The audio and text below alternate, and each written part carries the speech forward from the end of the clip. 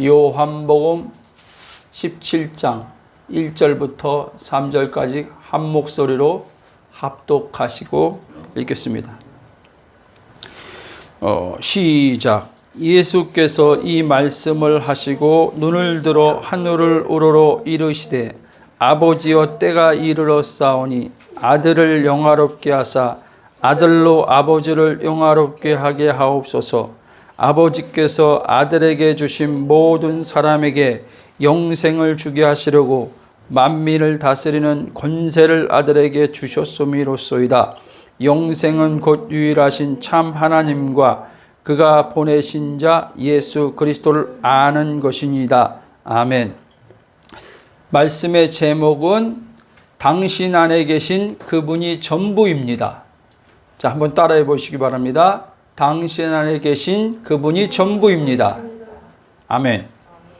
자, 일반적으로 사람들은 종교를 영적 활동으로 생각합니다.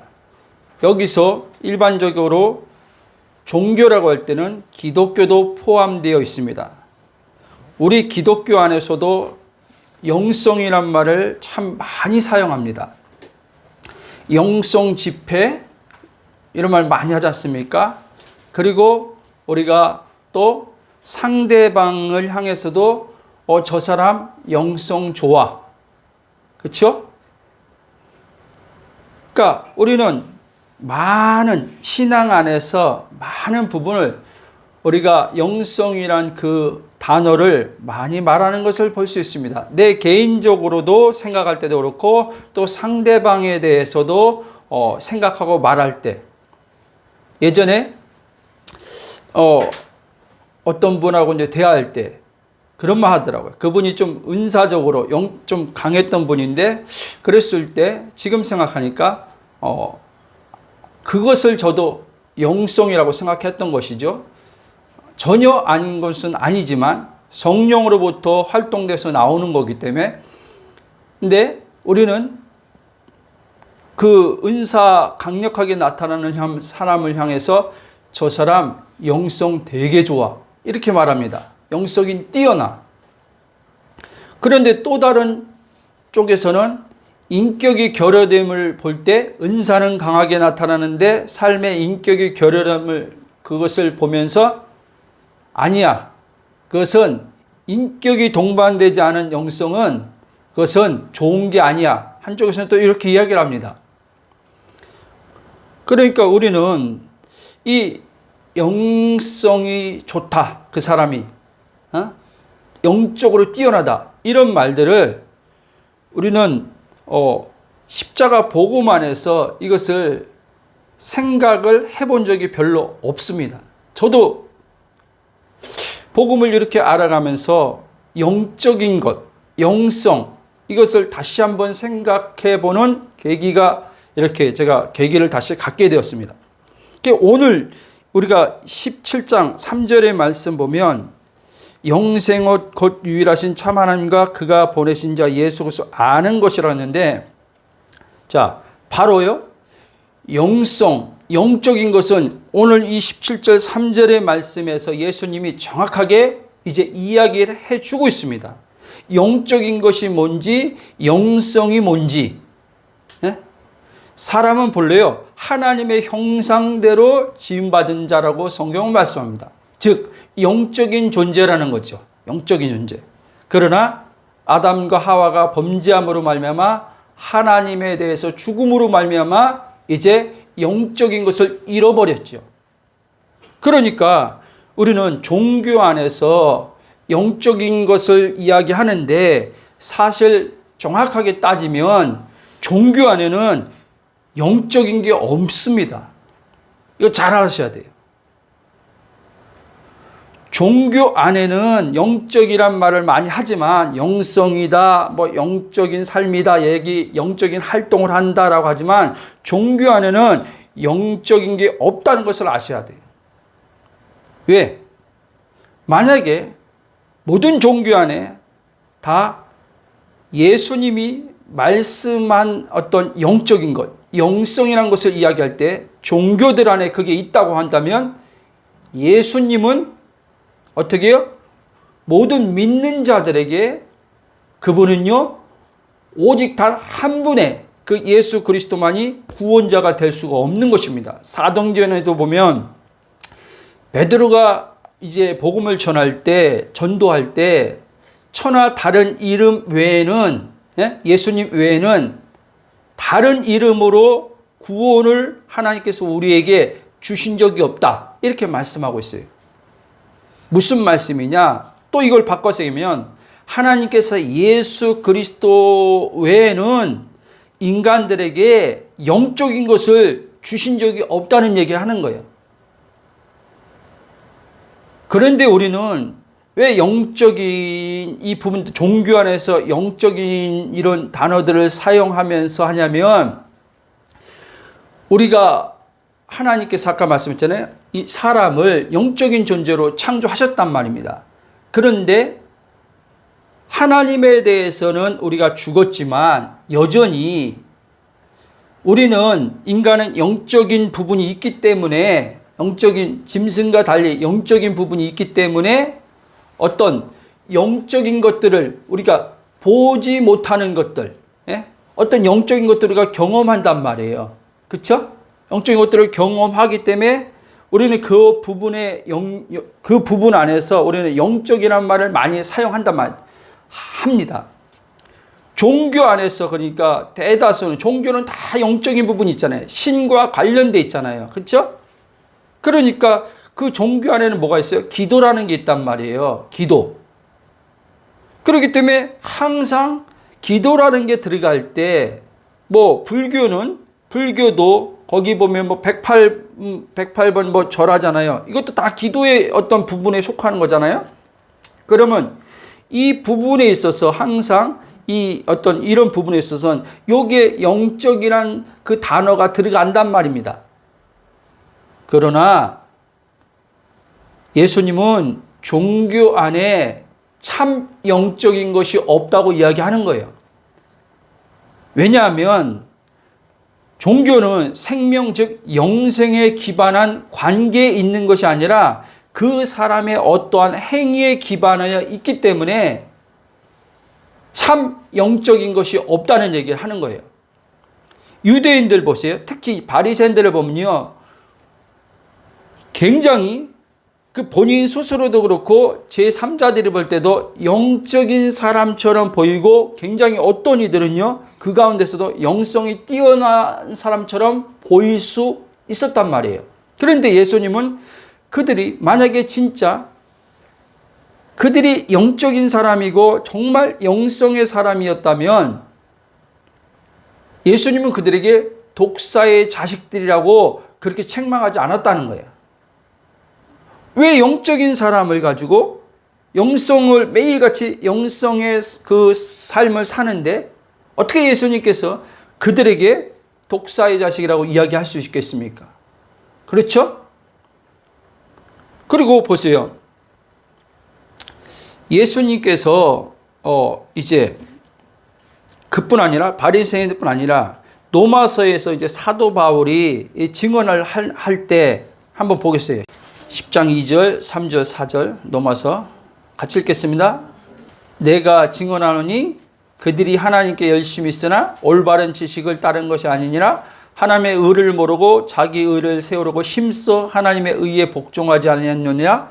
그리스도는 모든 믿는 자에게 의를 이루기 위하여 율법의 마침이 되시니라. 아멘. 자, 이들은요, 행위적인 삶을 보면 굉장히 영적인 사람처럼, 영성이 뛰어난 사람처럼 보였지만, 왜?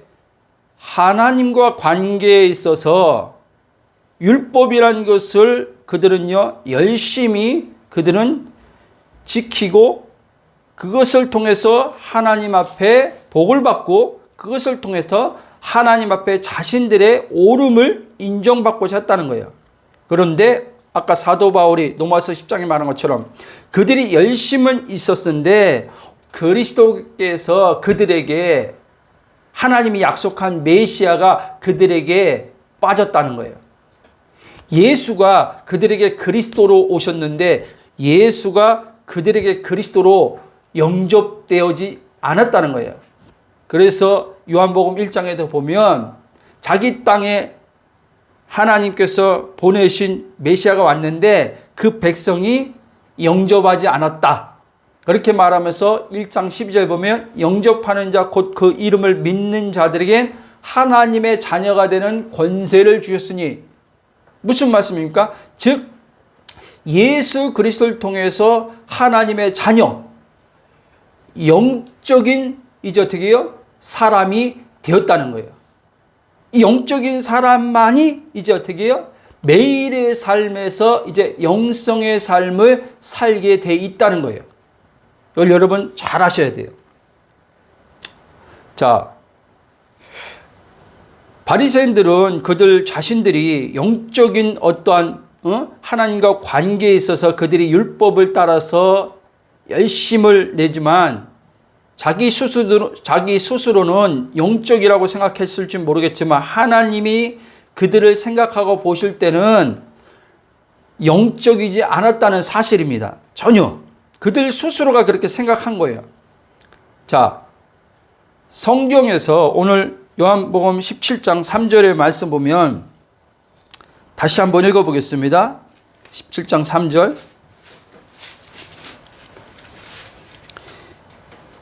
영생은 곧 유일하신 참 하나님과 그가 보내신 자 예수 그리스도를 아는 것이니이다. 아멘. 즉 영적인 것이 뭐냐? 영생이 영적인 것인데 영생이 뭐예요? 하나님의 생명이란 말이에요. 하나님의 생명을 얻는 것.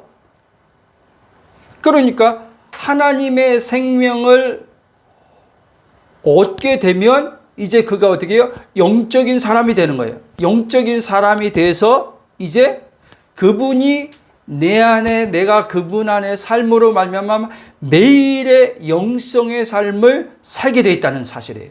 아멘. 그래서 예수님은요 유일하게 사람의 몸을 인자로서 사람의 몸을 가지고 사셨을 때 예수님 그러니까 십자가 속량 이전에 성령이 오시고 그 이제 제자들 있지 않습니까? 제자들은 그 후에 그들을 통해서 복음을 받아들인 사람들 전에 얘기하는 거예요. 하나님 볼 때 완전히 영적인 사람은요 예수님 한 분밖에 없었다는 사실이에요. 근데 예수님을 통해서 이제 많은 사람들이 하나님의 이제 아들들이 되고 예수님처럼 동일한 아들들이 되고 하나님 나라 안으로 들어감을 통해서 이제 그들은 다 예수 그리스도와 같이 동일하게 영적인 사람이 되는 거예요.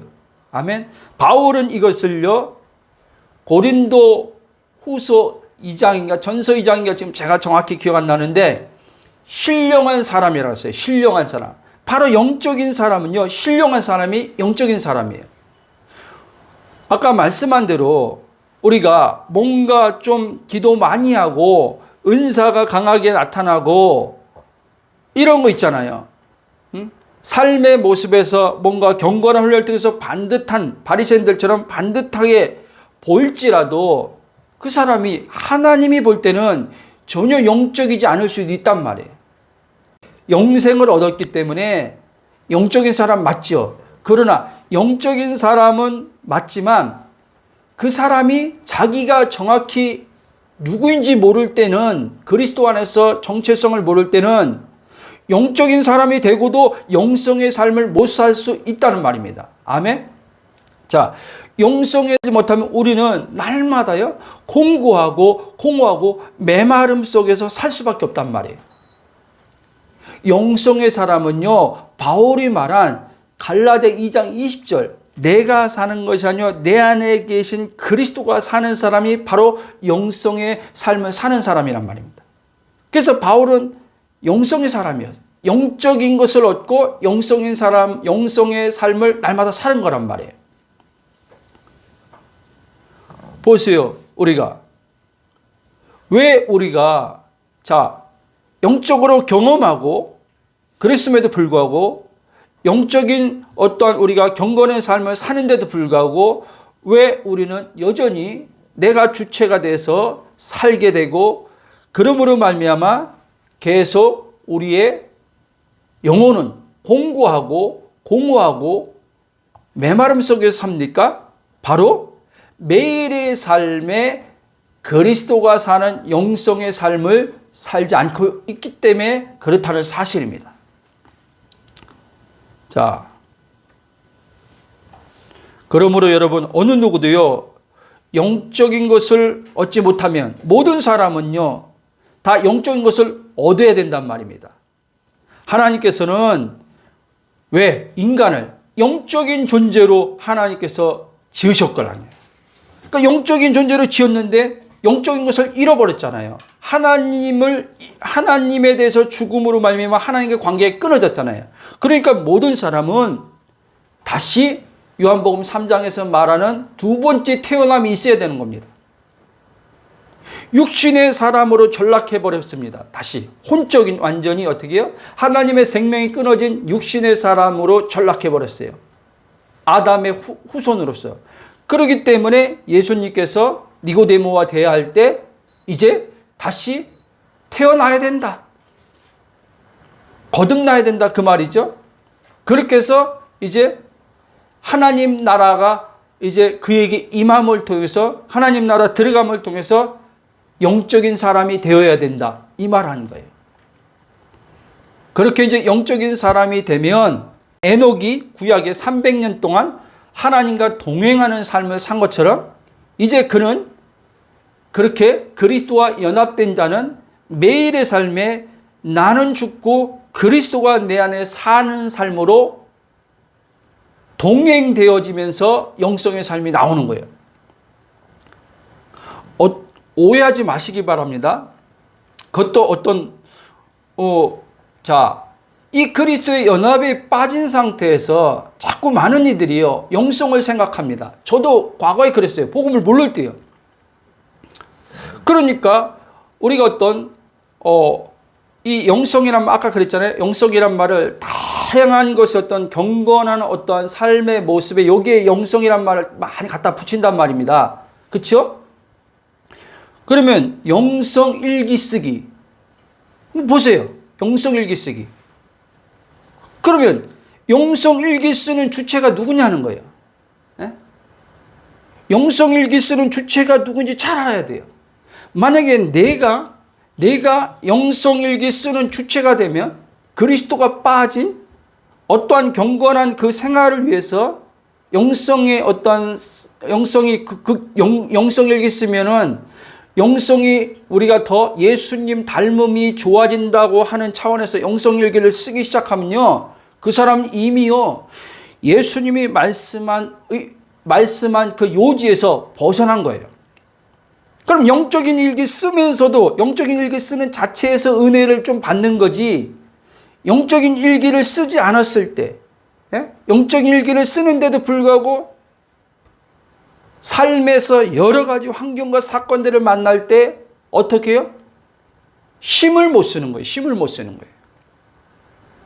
표면적인 경건한 어떤 모습에서는 조금 영성 일기를 씀으로 말미암아 자기 자신을 돌아보고 자기 자신을 성찰하는 시간을 갖게 되겠죠.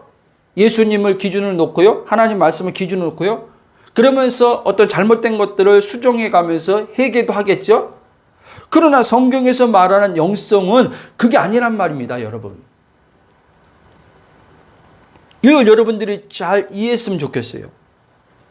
그러니까 우리가 영성하면요, 영성은 관계인데 이 관계라는 것을 생각 못하고 누구와의 관계요? 예수 그리스도의 연합 안에서의 하나님 아버지와 우리의 관계란 말이에요. 이 관계가 성령을 통해서 우리는 어떻게 해요? 삶으로 영성의 삶이 사라지는 거란 말이에요. 이렇게. 근데 이게 빠져 있단 말이에요. 이게 빠져 있는 거예요. 그러니까 영성이라는 단어를 쓰고 영성이라는 말을 하는데 영성이라는 걸 많이 이야기하는데 계속 시선은 어디 와 있냐? 나에게 와 있는 거예요. 시선이 나에게. 그리스도에게 영성이라고 할 때 그리스도에게 있어야 되는데 그리스도에게 있는 게 아니라 나에게 와 있는 거예요. 그리고 어떤 기능적인 부분 있잖아요. 기능적. 영성이라고 얘기하는데 또 기능으로 가 있는 거예요. 기능. 또 하나님이 우리에게 주신 어떤 사명을 감당하는 데 있어서 어떤 재능이나 은사들이 있잖아요. 여기에 또 여기가 있는 거예요. 영성이요. 이 의식이 영성의 의식이 안 돼 있걸랑요. 영성의 의식이 안 돼 있다는 말은 뭐냐? 그리스도의 연합의 믿음의 관계 의식이 안 돼 있단 말이에요. 그렇기 때문에 그리스도와 연합의 믿음의 관계 의식이 안 된 상태에서 영성이란 말을 하고 영성의 어떤 관련해서 책을 보고 할지라도 오래 못 간단 말입니다. 오래 못 가요. 저도요, 지금 오는 과정에서 지난 과거에 영성 그런 것도 훈련도 받고 영성의 어떤 관해서 책들도 신앙서적들이죠. 그러니까 우리 신앙서적 영성에 관련된 책들을 보는 거죠. 그러니까 신앙서적들도 많이 봤어요. 그러나 그때 책들을 봐서 도움도 받았지만 영성훈련을 통해서 도움도 받았지만 저는 이 영생이란 것이 영적인 것이고 그리스도의 연합 안에서 그 영생이 내게 지금 실제가 돼서 성령으로 이제 그 하나님의 생명이 영생인데 그 생명을 누림 속에서 내 안에 그리스도가 삶을 통해서 영성의 삶이 된다는 것을 제가 알지 못했던 거예요. 그러니까 그런 영성 훈련 받고 영성이란 어떤 관련된 책들, 서적들을 보지만 끊임없이 목마른 거예요. 끊임없이 목마르고 끊임없이 추구함이 오는 거예요. 끊임없이. 해결이 안 되는 거예요. 자, 오늘 본문에서요, 예수님이요, 진짜 영적인 것이 뭔지를 제자들과 오늘 우리들에게 말씀해 주고 있다는 말씀입니다. 아멘? 앞에서 말씀드렸던 것처럼 영적인 것이 뭐냐? 바로 다시 얘기하지만 영적인 것은요, 하나님의 생명이 영적인 것이란 말입니다. 왜? 하나님의 생명을 잃어버렸걸랑요. 하나님의 생명에서 우리가 단절됐걸랑요. 영적인 존재로 지음받았는데 우리가. 그러니까 영적인 존재로 지음받았는데 하나님과 단절됐으니까 그리스도를 통해서 하나님과 이제 관계가 회복되면 그 사람은 이제 영적으로 이제 어떻게 해요? 잃은 것을 찾은 거란 말이에요. 아셨습니까? 그러니까 이제 우리는 어떻게 해요? 여러분들이 물과 성령으로 거듭났다면 예수님을 영접해서 여러분 이미 영적인 것을 여러분들은 가진 거란 말이에요. 아멘? 이걸 잘 알아야 돼요. 그러니까 여러분들은 영적인 것을 다른 데서 찾으면 안 된단 말이에요. 이미 내 안에 들어온 그 생명이 영적인 것인데 영적인 것을 이제는 하나님의 은혜로 그리스도를 통해서 얻었다면 이제 우리는 영성의 삶을 살아야 되는데 매일의 삶에 이 영적인 것을 누려야 되는데 누리며 살 때 영성의 삶은 그냥 이제 어떻게 해요? 그가 삶으로 사라지게 되는데 이게 안 되는 거예요. 여러분들이 이것이 명확하게 안 되면요, 계속요 여러분들 안에서 나오는 그 혼적 의식은요 계속 영적인 것을 여러분들은 추구하게 돼 있어요. 영적인 것을 자꾸 찾게 되게 다른 어떤 것을 연결해서요 영적인 것을 자꾸 찾게 돼 있어요. 그래서요 복음은요 굉장히 심플하고 단순한 거예요. 예? 영적인 것이 사실은 복잡할 게 하나도 없는 건데 복음을 알지 못하면 영적인 것이 굉장히 복잡하단 말이에요. 예? 많은 것에 영적이란 그 단어를 붙여서 사용하고 있기 때문에 그렇습니다. 우리 기독교 안에서만 영적인 이것을 말하는 게 아니잖아요. 불교에서도 영적인 것을 말하고 심지어 뉴에이지 할 것 없이 무속인들 안에서도 영적인 것을 이야기를 하지 않습니까? 그렇잖아요? 그렇기 때문에 여러분들이 이 영적인 것과 이 영성이 뭔지 그리스도의 복음을 통해서 명확하게 정리하지 않으면 여러분들은 계속 이 사단이 여러분들의 혼을 속임을 통해서 지정의가 혼이잖아요. 이 지정의를 속임을 통해서 여러분들은 계속 밖에서 영적인 것을 찾게 된단 말이에요. 밖에서 계속 영성에 대해서 영성이 뭘까라고 예수님 닮음이 영성일까고 끊임없이 여러분들은 생각하게 돼 있단 말이에요. 그러면 그렇게 굉장히 그게 영적인 것을 세상 죄 짓는 거, 세상 즐기는 거 생각하지 않고 영적인 것을 추구하고 영적인 것을 생각하면서 하지만 계속 그렇게 추구하고 생각하며 갈 때는 진정으로 여러분들은 지금 현재 누려야 될 영적인 것이 와 있는데 그 생명이 와 있는데 지금 누려야 될 이 생명을 누릴 수 없단 말입니다. 이 생명을 누리지 못하면 왜 문제가 되냐? 영성의 삶을 살지 못하기 때문에 문제가 되는 거예요. 여러분, 기도가 중요하지요. 그러나 제가 늘 말씀드리지만 기도는 관계란 말이에요. 바로 영성의 사람은 기도의 사람인데 우리가 흔히 이전에 알고 있는 기도 많이 하는 능력 나타나면 이게 영적인 사람이라는 말이 아니란 말이에요. 반드시 영적인 사람을 기도하게 돼 있어요. 왜? 주님과 연합됐기 때문에 주님과 관계 안에서 이제 그분과 어떻게 사귐의 교제를 하게 된단 말이에요. 이게 영성의 사람이랍니다. 이게 영성의 사람. 예? 물론 영적인 것을 얻고도 물과 성령을 거듭나고도 영성의 삶을 살지 못하고 있는 사람들이 있어요. 왜? 영적인 것을 얻었는데 주님과의 사귐의 교제가 결여되면 어떻게 되냐? 영적인 것을 얻고도 이 영적인 것이 실제적으로 나에게 누림으로 안 온단 말입니다. 그럼 어떻게 해요? 영적인 것을 얻었는데 가장 중요한 게 얻는 거죠. 영적인 것을 얻었는데 이 생명을 얻었는데 문제는 누리지 못하면은 영성의 사람이 아니라 반드시 거듭났음에도 불구하고 그 사람은요 육신의 사람처럼 될 수도 있단 말입니다. 바울이 그걸 얘기하는 거예요. 바울이 너희들이 영적인 것을 얻었는데 신령한 사람이 됐는데 하나님이 보실 때 이제 거듭났으니까요. 예수 그리스도를 통해서. 근데 너희들이 매일의 삶에 영성의 삶을 그분과 관계 안에서 그분이 내 안에서 사는 삶, 영성의 삶을 살지 못하기 때문에 너희들은 다시 또 과거처럼 마치 영적으로 하나님과 끊어진 사람처럼 너희들은 육신으로 지금 또 살고 있지 않냐 얘기를 하는 거예요.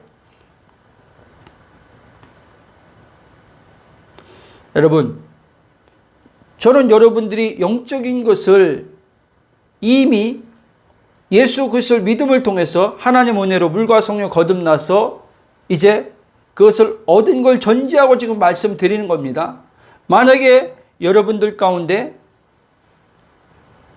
아직 이 영적인 것, 이 생명, 물과 성령으로 거듭나지 않은 분들은 예수 그리스도를 십자가의 죽음과 부활, 나의 죄의 죽음, 나를 하나님 앞에 살리고자 하는 그 의의를 얻기 위한 부활임을 믿고 그분을 영접하셔야 됩니다. 그리고 그분의 은혜로 물과 성령으로 거듭남을 통해서 여러분들이 하나님과 끊어진 관계가 그리스도를 통해서 이어짐을 통해서 이제 영적인 삶을 시작해야 되는 것입니다. 여기가 출발점이에요. 여기가. 그러나 이렇게 이제 예수 그리스도를 통해서 하나님과 관계가 이제 정상이 돼서 영적인 것을 얻었어요. 영생을 얻었어요. 그렇지만 여러분 얻은 것으로 끝나면 안 된단 말이에요. 이제 이것을 어떻게 해요? 매일의 삶 속에서 그분 안에서 영성의 삶을 살아가야 된단 말입니다. 어떻게? 바로 자기 부인하고 자기 십자가를 지고 예수님을 따라서 아버지 우편 보좌로 날마다 내 의식과 마음이 그리스도의 의식 안으로 들어감을 통해서 그리스도에 이끌려서 아버지와 연합되어짐을 통해서요. 아멘. 하나님께서 예수를 통해 우리를 어떻게 해요? 이제 에베소서 1장에도 나오지만 창세전부터 하나님께서 우리를 이렇게 하나님의 생명을 주심을 통해서 영성의 사람이 되어지는 것, 영적인 사람이 돼서 영성의 삶을 사는 사람이 되어지는 것을 창세전부터 하나님께서 목적하셨다는 거예요.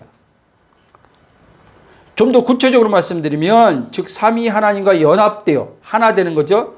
그분이 전부가 된 인간으로서 그분 안에서 그분의 영광을 출구하며 그분의 모든 충만함 안에서 안식함 가운데서 그분이 나를 통해 그분 자신의 뜻을 나타내며 사는 사람이 바로 이 영적인 사람으로서 영성의 삶을 사는 자인데, 하나님이 이것을 예수 안에서 목적하시고 계획하시고 이제 그리스도를 약속하신 메시아를 보내주심을 통해서 이것을 이루셨다는 거예요. 성령이 우리 안에 오심을 통해서. 아셨습니까? 그러므로 여러분, 이 말씀이 어떤 분들에게는 좀 어렵게 들리는 분들도 있을 수 있습니다. 그러나 성령께서 여러분들에게 들을 길을 주실 것이고 깨닫는 마음을 주실 것이고 그것을 보는 눈을 주실 것을 믿고 여러분들이 말씀을 들으시면 됩니다. 아멘. 자, 그러므로 영적인 사람은 매일의 삶에 그분 안에 거함으로 영성의 삶을 살아간다는 사실입니다. 제가 지금 계속 반복해서 말씀드리고 있는 겁니다. 왜? 여러분들이, 저도 마찬가지였고, 영적인 것과 이제 영성이 뭔지 정확하게 여러분들이 이것을 들음을 통해서요 구분해 내야 되기 때문에 그렇습니다. 물론 이것을 우리가 이제 매일의 삶에서 이제 그리스도의 복음을 들음을 통해서 성령께서 우리 안에 계시기 때문에 성령이 이제 우리 삶의 상황 속에서 이제 이것을요 알게 하시고 이게 갈라내시고, 마치 히브리 4장 12절에 혼과 영과 간절을 찔러 쪼개서다는 말씀처럼 우리에게 이제 이거를 갈라내신단 말이에요. 말씀의 빛을 통해서 우리 안에 이제는 어떻게 에고의 혼적인 어둠을 드러내시고, 점진적이죠. 드러내시고 온전한 그리스도의 연합 안에서 그분이 내 안의 삶으로 영성의 사람으로 그리스도의 아들의 장성한 분량으로 하나님께서 계속 우리를 이끌어 가실 것이기 때문에 그렇습니다. 아멘. 자, 이렇게 영적인 자가 된 사람이 매일의 영성의 삶을 살게 되면 어떤 삶이 우리에게 주어지냐? 자, 인생의 삶과요 영적인 삶은요 절대 구분되어 있지 않습니다. 아셔야 돼요. 왜? 하나님이 우리를요 인간을 지을 때요 영적 존재로 지었다 그랬잖아요. 그렇죠? 하나님의 관계적인 존재로 지었단 말이에요. 그 관계적인 존재가 이제는 그리스도와 안에서만 하나님 관계가 이루어지는데, 이 관계적인 삶을 사는 자의 인생은 이제 하나님이 주권을 가지고 그분의 손에 이제 의해서 우리는 어떻게 해요? 사라지게 되는 삶을 경험하게 된단 말이에요. 아멘. 이게 예수님이 말씀한 마태복음 6장 33절에서 말씀한 내용입니다. 너희는 먼저 그의 나라와 그의 의를 구하라. 그리하면 이 모든 것을 더해 주시라. 자, 뭐가 영적인 것입니까? 하나님 나라가 영적인 것입니다. 아멘. 그분의 나라, 그분의 생명, 그분 자신이죠. 그분의 자신이 우리에게 영적인 것이라는 것을 여러분 잊으면 안 돼요. 이렇게 하나님의 의와 나라가 내 삶에 이루어지면 이제 그 사람은 자연스럽게 영성의 사람으로 살게 되는데, 그 영성으로 사는 사람의 인생은 하나님이 책임져 주신다는 말씀입니다. 하나님이 그를 돌봐주시고 인도하시고 모든 것을 때를 따라 하나님께서 필요한 것들을 그에게 공급해 주신다는 말씀입니다. 아멘. 그런데 우리는 지금 여러분들이 왜 힘든가라고 할 때 다른 데서 찾을 필요 없는 거예요. 내가 지금 현재적인 그분이 나에게 영적인 이제 그분의 그 생명을 주신 것을 내가 지금 현재 그리스도 안에서 성령을 통해서 이것을 누림을 통해서 영성의 사람으로 지금 살아가고 있는지 이것만 점검하면 되는 거예요. 이것만 확실하면 다른 것들은 염려, 근심, 걱정 물론 눈에 보이는 상황 속에서 우리가 고난도 있고 환난도 있고 문제들이 있어요. 그러나 그 환난과 고난은 아무 문제가 안 된다는 사실이에요. 아셨습니까? 이렇게 이게 명확하게 되어 있는 사람은 순간순간 생각으로 오지만 의식과 마음이 그리스도에 연합되어 있기 때문에 그 사람은 생각에 지배받지 않는단 말이에요. 아멘? 생각이 오긴 오는데 생각이 나를 지배하지 못한단 말이에요.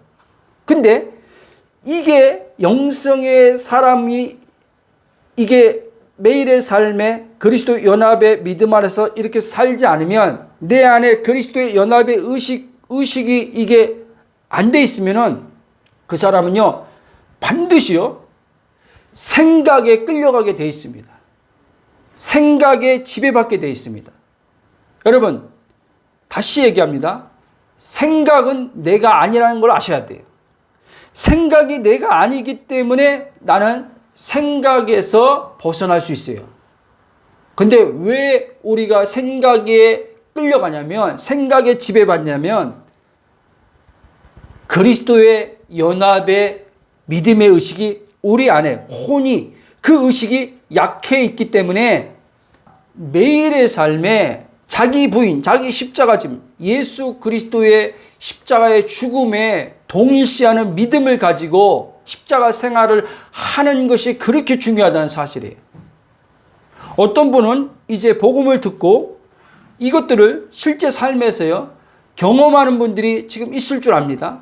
그러나 어떤 분들은 십자가 생활을 하지만 여전히 마음의 어떤 느낌상은 아무 큰 감흥도 없고 여전히 육체의 어떠한 그 생각에 표면적으로 끌려가는 것 같은 그런 모습들이 나오기도 합니다. 그래서 이 십자가 생활이 크게 와닿지 않는 분들도 있을 수 있습니다. 그러나 여러분, 이거는 와닿고 와닿지 않는 것에 대한 문제가 아니라는 거예요. 왜?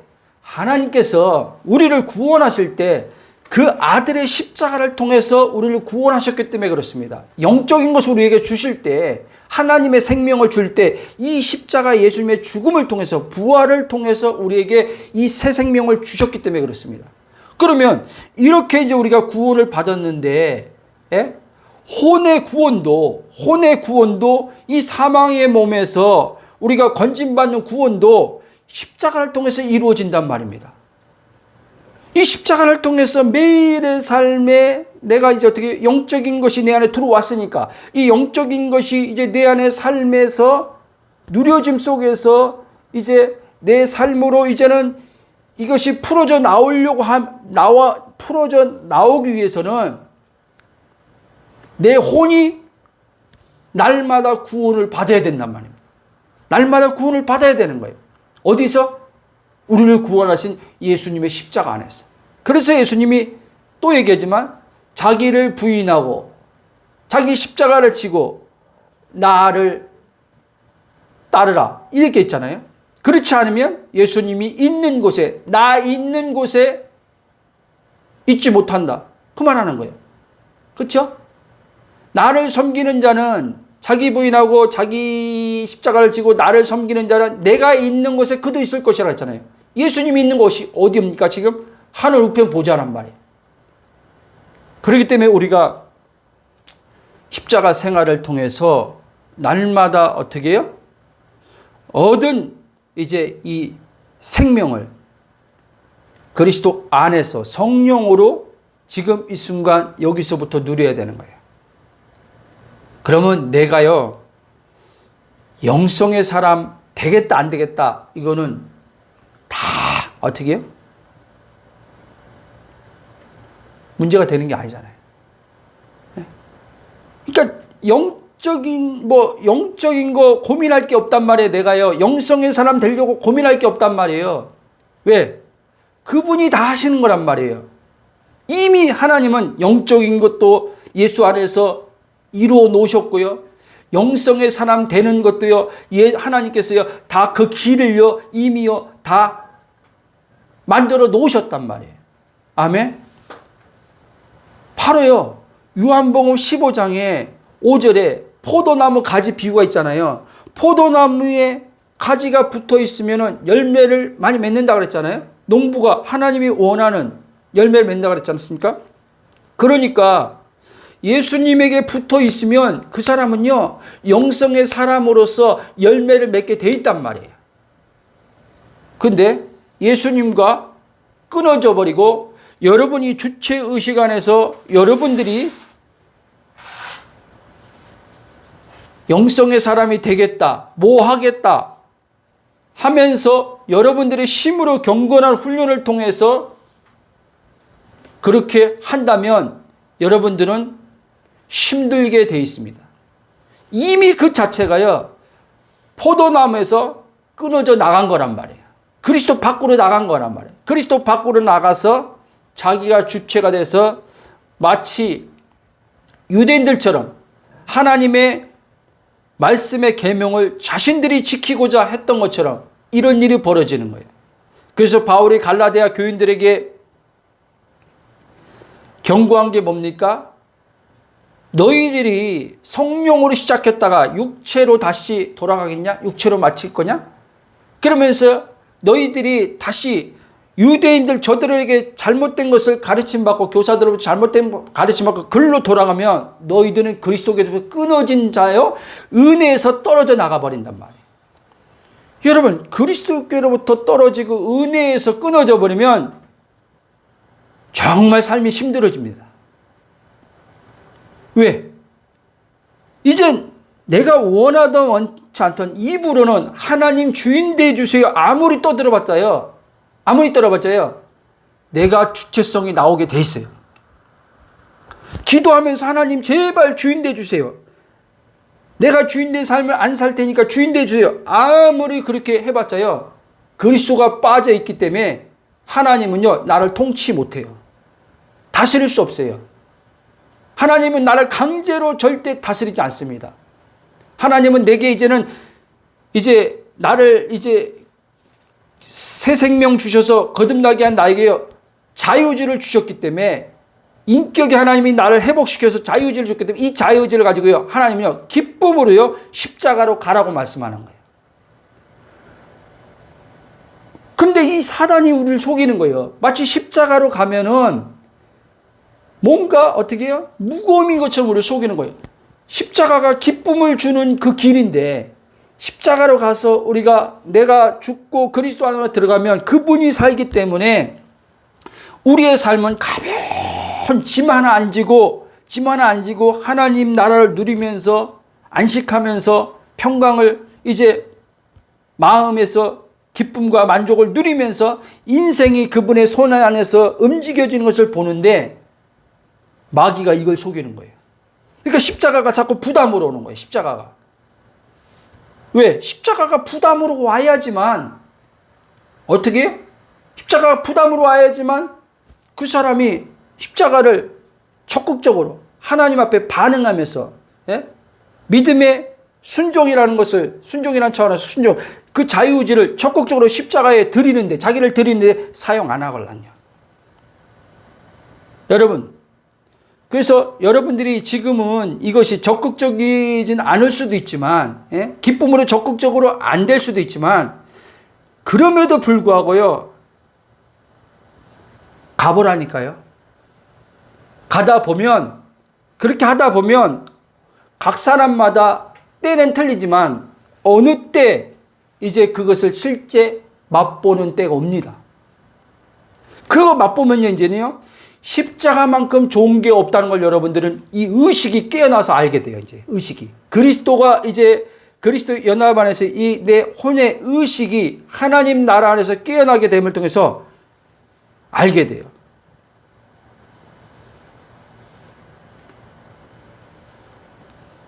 그래서 이제 그렇게 되면 어떤 누구도요 이제 어떻게 해요?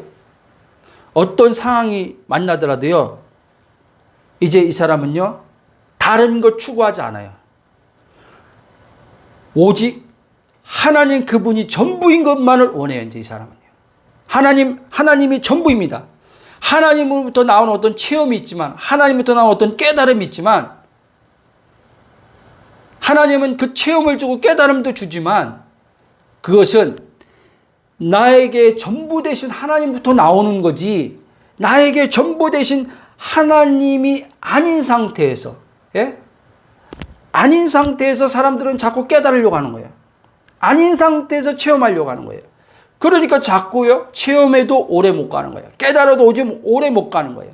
왜? 하나님이 전부 된 상태가 아니기 때문에.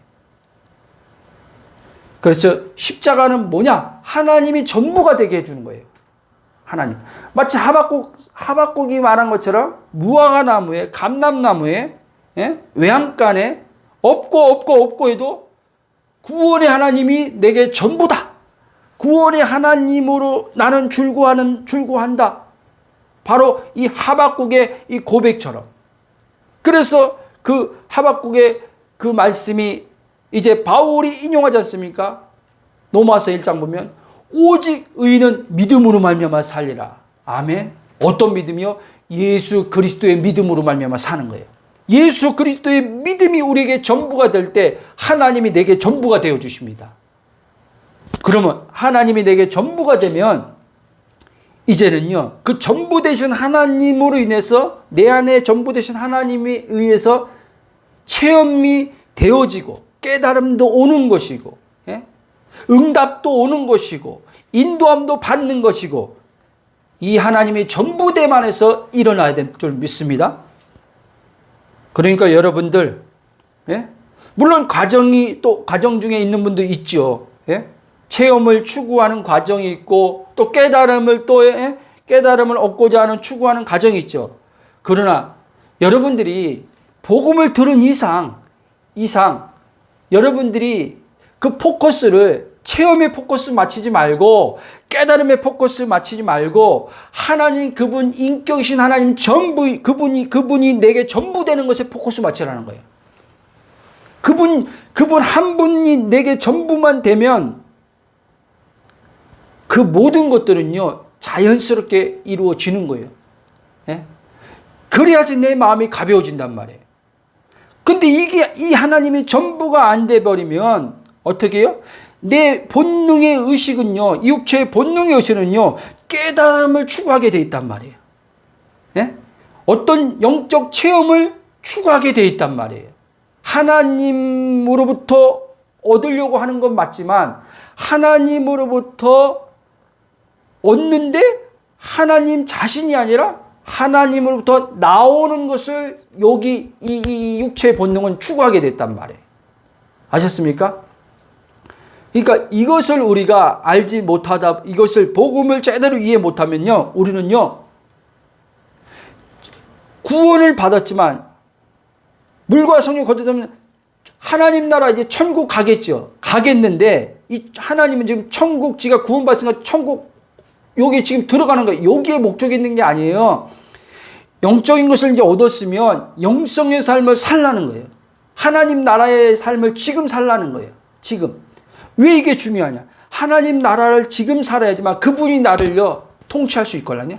그분이 나를 내 안에서 살 수 있걸랑요.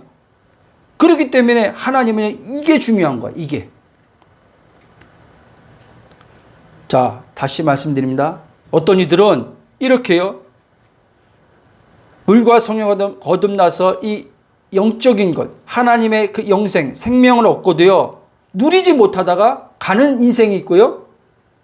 어떤 사람은 또 반대로 이 영적인 생명을 이제 얻고요, 영성의 사람으로서 날마다 그리스도와 연합된 믿음으로요, 풍성한 그분의 생명의 풍성함을 누리다가요, 풍성한 하나님 나라 누리다가요, 그 나라 가는 사람이 있어요. 이거는요 하늘과 땅의 차이예요. 천국만 가면 되지가 아니란 말이에요. 여러분, 천국만 가면 되지. 만약에 그렇게 생각한다면요, 여러분들은 사단에 속고 있는 거예요. 천국만 가면 되지가 아니라니까요. 예?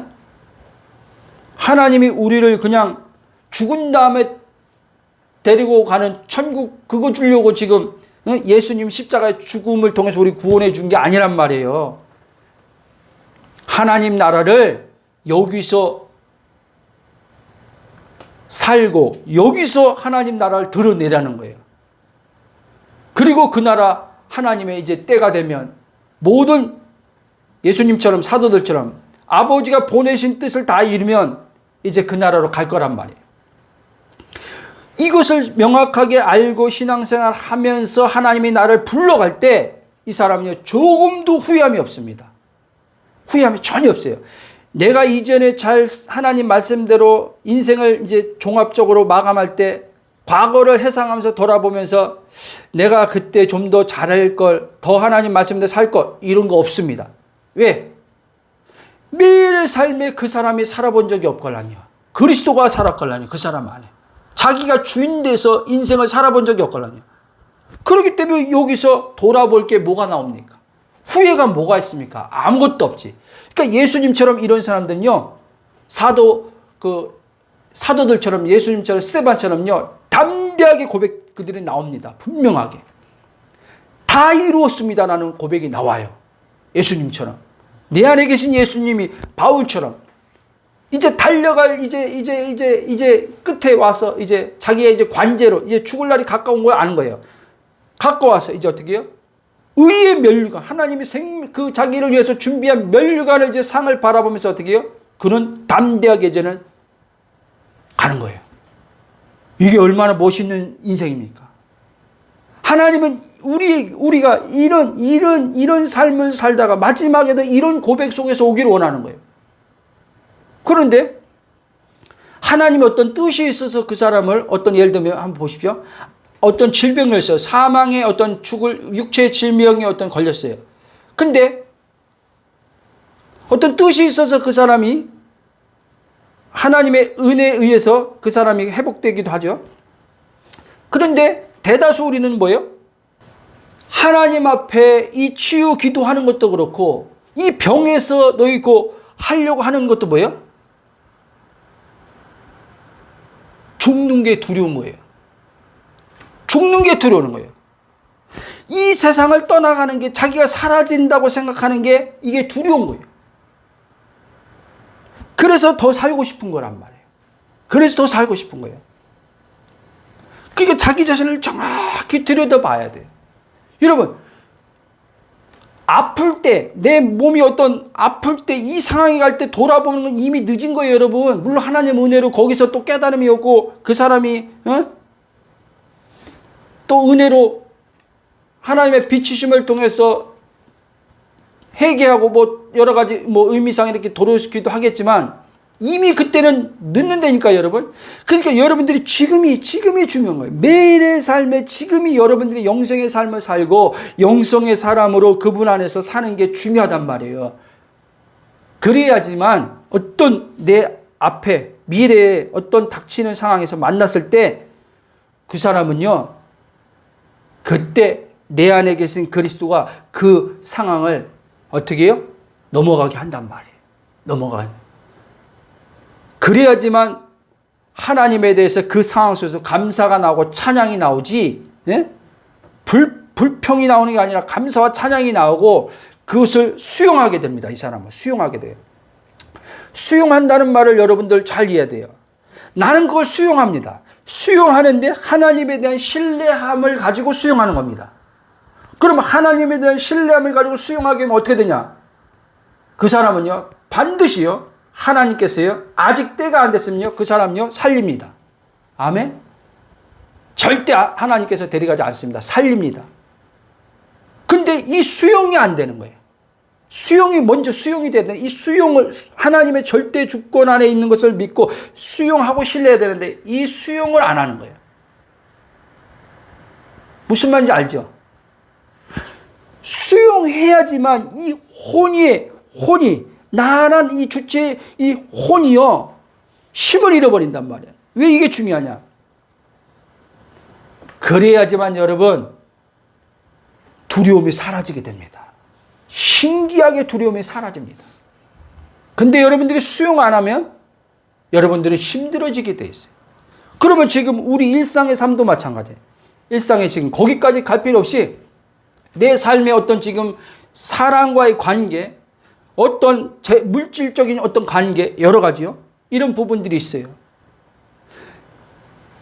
여러분들은요, 그걸 하나님을 신뢰하면서 수용해야 돼요. 하나님의 손 안에서 이게 움직여 가고 있음을 믿으면서 여러분 수용해야 돼요. 근데 여기서부터요, 거부해버리는 거예요.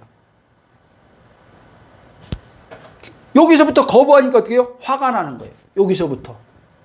왜 이런 일이 내게 벌어졌냐는 거예요. 왜 이런 일이. 왜 이런 상황이 내게 주어졌냐는 거예요. 이게 수용 안 하고 있다는 거예요. 여기서 화가 나는 거예요. 하나님에 대해서 대놓고는 하지만 여기서 수용 안 하기 때문에. 그러면 수용 안 하면 누가 손해냐? 본인만 고통당하는 거예요. 본인만. 근데 수용할 때 이게 수용할 때 그러면 이게 쉽냐? 안 쉬워요, 여러분. 수용하는데요, 마음에는요, 괴로움이 따른단 말이에요. 수용하는데 또 다른 말하면 이게요, 지금 어떻게 해요? 내 자아가 하나님 앞에 완전히 항복하는 거란 말이에요. 항복. 자아로 살지 않는 것에 대한 항복이란 말이에요. 근데 이것을 자꾸 삶 속에서요, 우리 맞닥뜨리거나 내가 맞닥뜨리 안 하려고 맞닥뜨리게 돼 있어요. 맞닥뜨릴 때 십자가로 가세요. 항복해야 된단 말이에요. 근데 우리는 어떤 식이냐? 항복을 안 해요. 수용 안 하고 어떻게 해요? 이걸 기어이 해결하려고 한단 말이에요. 기어이 기도를 통해서 해결하려고 한단 말이에요. 십자가로 안 가고. 왜? 괴로우니까 고통스러우니까 하나님 이거 빨리 해결해 달라는 거예요. 그럼 여러분 당장 이것이 해결됐다 칩시다. 그러면요, 그 사람은요, 또 상황에서요, 또 어떤 문제를 만날 때요, 그게 또 반복해서 또 튀어나와요. 또. 그러니까 영생을 얻고도 영생을 못 사는 거예요. 영생을. 내 안에 들어와 있는 생명을 못 사는 거예요. 생명이 나타날 수가 없어요. 이 혼을, 이 사망의 몸을 삼켜야 되는 이 부활 생명인데, 이 사망의 몸을 삼키지 못, 부활 생명이 나타나서 삼켜야 되는데, 내가 계속 어떻게 해요? 이 사망의 몸을 붙들고 있으니까 어떻게 해요? 주님이 일을 못 하는 거예요. 주님이 나타날 수가 없어요. 우리 안에 있지만, 그 생명이 있지만 못 나타나는 거예요. 그러니까 하나님이 안 해주는 게 아니란 말입니다, 여러분.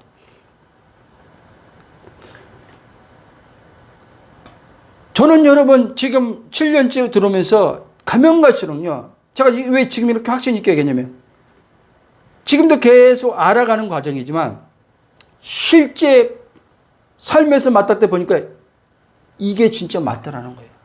그렇구나. 왜 예수님이 자기를 부인하고 자기 십자가를 지고 자기 생명을 얻고자 하는 자는 잃을 것이요, 자기 생명을 예수님을 위해서 잃어버린 자는 얻을 것이요. 뭘 얻는 거예요? 주님의 참 생명으로 내 혼이, 그분이 나를 어떻게 해요? 보존한다는 거예요. 온전한 혼이 내가 그분의 생명으로 온전하게 된다는 얘기를 하는 거란 말이에요. 그럼 어떻게 됩니까? 이제 염려, 근심, 걱정, 두려움에서 다 벗어나기 시작하는 거예요. 마치요, 예수님이 마가복음 4장에서요, 풍랑을 만났을 때 그 모습이 나올 수도 있단 말이에요.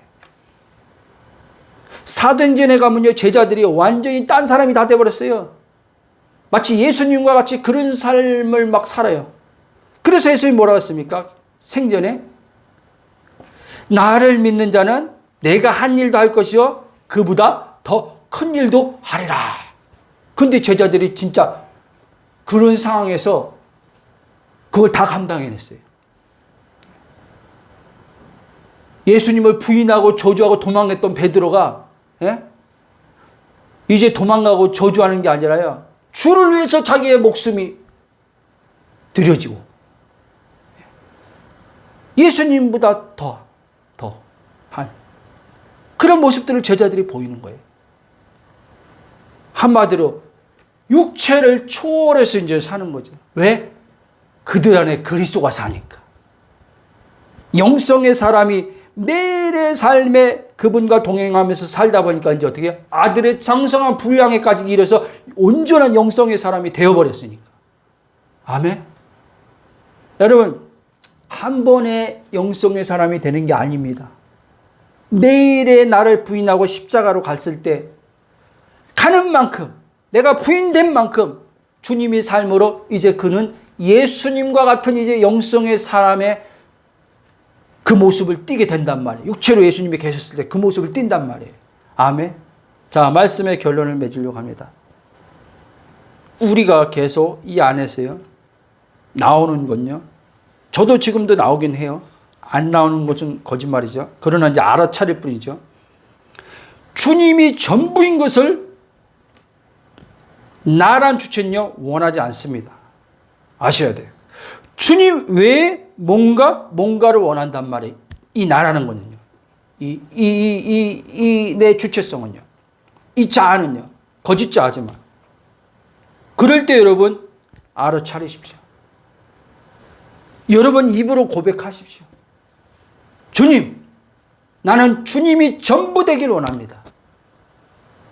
그러므로 주님이 나에게 전부 되어 주시려고 오늘 또 나를 아들의 십자가 안으로 성령님을 통해서 인도해 주시니 감사합니다. 내 지금 혼은 거부하고 있지만 이미 하나님께서 내게 가장 좋은 하나님이죠. 영생이죠. 하나님 주시려고 이 십자가, 예수의 십자가를 통해서 완성해 놓은 이것이 예수님의 죽음이 나의 죽음임을 고백합니다. 고백하십시오. 여러분. 그냥 입으로 건성으로 하지 말고 믿음을 가지고 그렇게 하다 보면 여러분 안에 어떤 사람요 지진이 일어나는 걸 봐요. 지진이. 여기서요 막 거부하는 것을 여러분들은 볼 거예요. 어떻게 해요? 제가 초기에 그랬어요. 이렇게 했는데요 내 안에서요 막 겁먹더라고. 어떻게 해요? 내가 진짜 주님만 이렇게 하박국처럼 이렇게 했다가 다른 것 안 주면 어떡하지? 나 진짜 더 어려움 당하면 어떡하지? 이런 막 불안이 오는 거예요. 두려움이 오는 거예요. 그럼에도 불구하고 계속 십자가로 가서 그런 믿음의 고백을 계속 했더니 어떻게 해요? 나도 모르는 사이에 점진적으로요. 환경과 상황이 지금보다 더 나빠져도 그런 두려움이 없어지더라고요. 점점. 근데 쭉 지나가다 보니까요. 그건 이제 최근 일이지만 이제 죽음에 대한 두려움도 없어지는 거예요. 신기하게. 이야, 놀랍구나 진짜 십자가가. 예수님의 이 십자가의 연합이, 예수님의 부활의 연합이, 예수님의 승천의 연합이, 예수님의 하늘 보좌의 연합이 나를 이 예수 그리스도의 이 연합의 믿음을 통해서 구원하시는 이 은혜가 엄청난 거구나 발견한 거예요. 그때부터 지금까지 내 혼에서 추구하는 것들이 올라올지라도 저는 하나님 앞에 그 추구함을 이루어 달라고 입으로 기도한 적이 없어요. 요 안에서 나와요. 그걸 이제 성령이 분별하게 하는 거예요.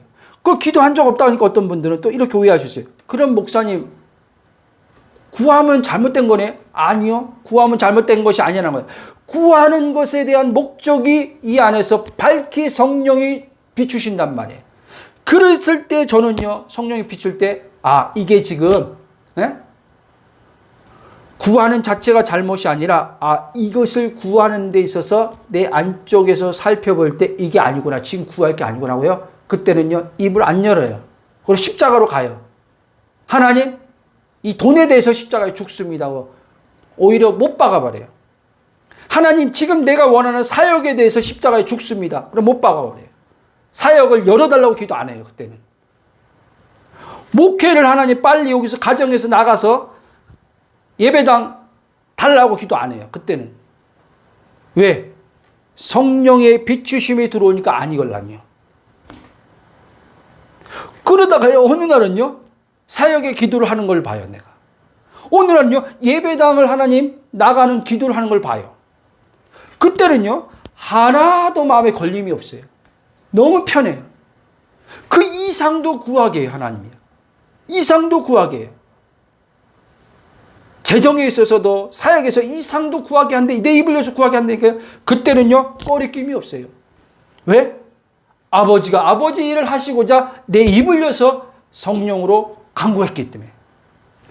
전혀 문제 없는 거예요. 이때요, 그 믿음이 구한 것을 하나님이 내게 주신 것을 주셨다는 믿음이 확신도 와요, 그때는. 예? 안 들어주면, 내 기도했는데 응답 안 해주면, 이런 이제 고민도 없어요. 이전에는요, 이런 것이 안 될 때요, 기도해놓고도, 아, 하나님 안 주면 어떡하지? 막 이를 안쪽에서 막 이런 게 막 나오는 거예요. 쓰임 받고 싶은데, 아, 하나님 이러다가, 이렇게 너 평생 가정에서 이렇게 하다가, 내 나라 와라. 그럼 어떡하지? 은근히 마음에서 불편함이 있어요. 은근히 마음에. 그래도 하나님 목회자로 부르는데 한번 쓰임 받아야 될 거 아닙니까? 그러니까 쓰임 받는다는 이 의미가 나는 잘못된 거죠. 쓰임 받는다는 의미, 사고 체계가 잘못 들어와 있는 거예요. 그러니까 목회하면서 한 번은 쓰임 받고 가야 되지 않습니까?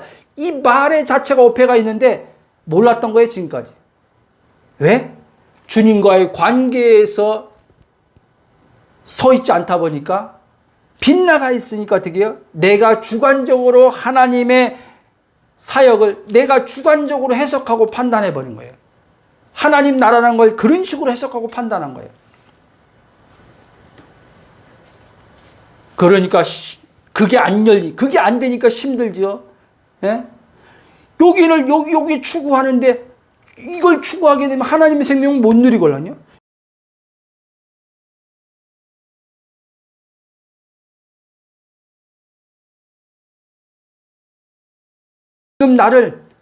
지금 나를 민종아, 너 이렇게 지금 이렇게 살아가다가 이제 너 인생 다 너가 보내진 뜻을 다 끝났다. 지금 가자 하면 아멘. 갈 수 있는 이제 마음이 점점점 커진 거예요. 너무 편한 거죠.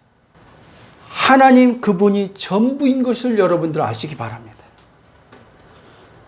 절대 하나님이 여러분들요, 하나님 한 분이 전부 되는 것만, 그거 하나만 소홀한다고 다른 것에 대해서 하나님이 여러분들요 그냥 두지 않는다는 걸 믿으세요.